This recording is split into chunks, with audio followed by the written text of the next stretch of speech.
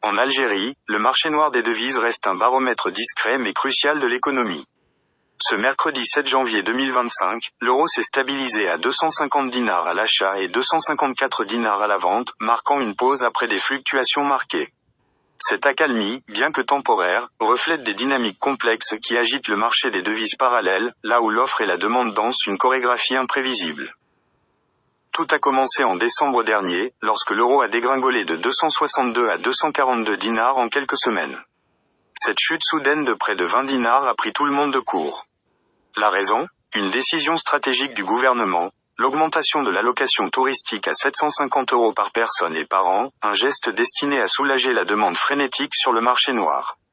En effet, cette manne officielle devait permettre aux voyageurs de s'approvisionner en devises sans passer par des circuits informels, souvent coûteux et risqués.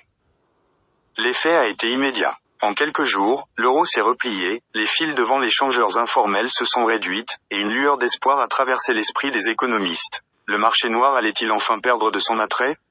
Mais c'était sans compter sur la résilience de ce réseau parallèle. Dès les premiers jours de janvier 2025, l'euro a lentement mais sûrement repris des couleurs. Le 2 janvier, il grimpait déjà à 246 dinars à l'achat et 252 dinars à la vente.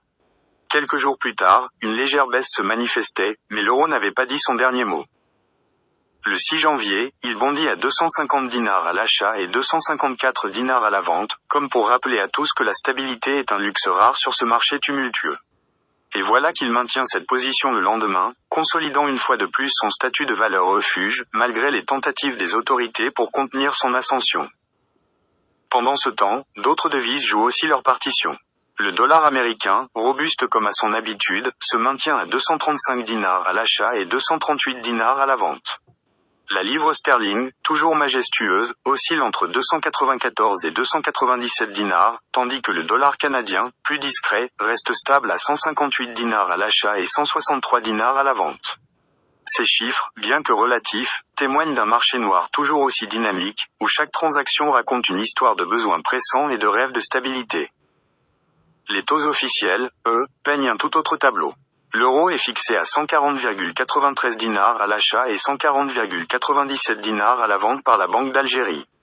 Le dollar américain suit avec 135,86 dinars à l'achat et 135,87 dinars à la vente, tandis que la livre sterling et le dollar canadien affichent des valeurs bien plus modérées par rapport à celles du marché noir. L'augmentation de l'allocation touristique est une bouffée d'air frais pour certains, mais elle ne suffit pas à éteindre la soif de devises. L'inflation, les incertitudes économiques globales et les besoins croissants en devises pour les transactions internationales maintiennent la pression sur le dinar. Les citoyens, confrontés à ces défis, cherchent des moyens de protéger leur pouvoir d'achat et de sécuriser leur avenir financier. Dans ce contexte, le marché noir des devises reste un théâtre d'ombre, où chaque fluctuation de l'euro, du dollar ou de la livre raconte une histoire plus large d'adaptation et de résilience face à une économie en transformation. Le défi pour les autorités algériennes sera de trouver un équilibre entre la régulation nécessaire et la flexibilité demandée par un marché en constante évolution, afin de tracer une voie vers une économie plus stable et plus inclusive.